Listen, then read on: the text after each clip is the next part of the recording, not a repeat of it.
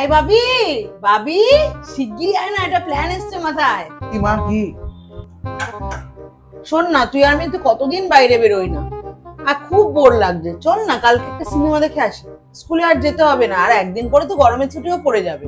বলো কি, ম্যাম আমাকে মারবে জানো স্কুলে না গেলে। আচ্ছা বাবি, আমার বেলায় তো সময় হয় না।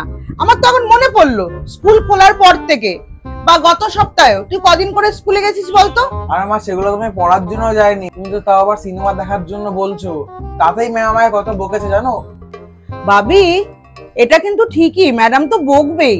তুই কিন্তু অনেকদিনই স্কুলে যাসনি, কিন্তু তুই যাচ্ছিস নাই বা কেন? আমি জিজ্ঞেস করলেও তুই ঠিক করে উত্তর দিচ্ছিস না, শুধু বলছিস পড়ার জন্য।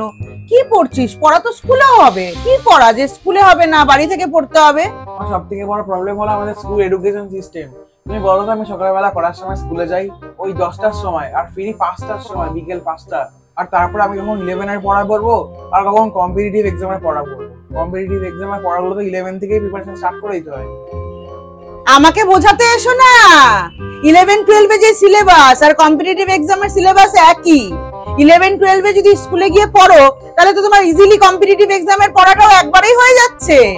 মা, আর ওরকম হয় না। কম্পিটিটিভ এক্সামের পড়াটা পুরো অন্য লেভেলের ডেপথে গিয়ে ঢুকে পড়তে হয়, যেটা নাকি স্কুল লেভেলে হয় না। তাই স্কুলের পাশাপাশি দুটো একসঙ্গে পড়া যায় না? পড়া যাবে না কেন? সময়টাই তো পাচ্ছি না স্কুলে গেলে। আহারে, পুরো পৃথিবীতে আর কেউ কম্পিটিটিভ পরীক্ষা দিচ্ছে না রে, তুই একমাত্র। আর মা, তুমি আমাকে এভাবে শোনাচ্ছ কেন? তুমি জানো আমার অনেক বন্ধুরা বাইরে গিয়ে পড়ছে, যাদের ওরা দামি ক্লাস করতে পারে, ওদের স্কুল যেতে হয় না। ও স্কুলে যেতে হয় না? এমনও আবার স্কুল কি যেখানে স্কুলেই যেতে হয় না? তাহলে তো তুই আমাকে বললেই পারতি, আমি তোকে একটা সেরম স্কুলেই ভর্তি করে দিতাম। আর আমার সেখানেও তো একটা প্রবলেম আছে, জানো কি হয়েছে? ওই সিবিএসসি বোর্ড সব দামি স্কুলের অ্যাফিলিয়েশন ক্যান্সেল করে দিচ্ছে। এর জন্য বাচ্চারা দামি স্কুলে যারা পড়ে তারা বোর্ড এক্সামও দিতে পারবে না। উমা, তাই নাকি? এটা তো তাহলে মহা চিন্তার বিষয়। আমার তো এত ধারণা ছিল না। আমি তো ভেবেছিলাম 11-12 এর সিলেবাস এক, আর ওই সিলেবাস পড়লেই তোর কম্পিটিটিভ এক্সামও হয়ে যাবে।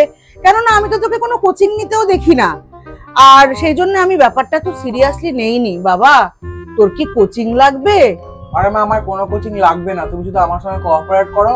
আর ম্যামরা যদি তোমাকে কি আমার অ্যাটেন্ডেন্স নিয়ে কিছু বলে, তাহলে তুমি ম্যানেজ করে নিও প্লিজ। আরে তুই চিন্তা করিস না, ভালো কাজে আমি সব সময় তোর সঙ্গে আছি, তুই এগিয়ে যা। থ্যাংক ইউ মা।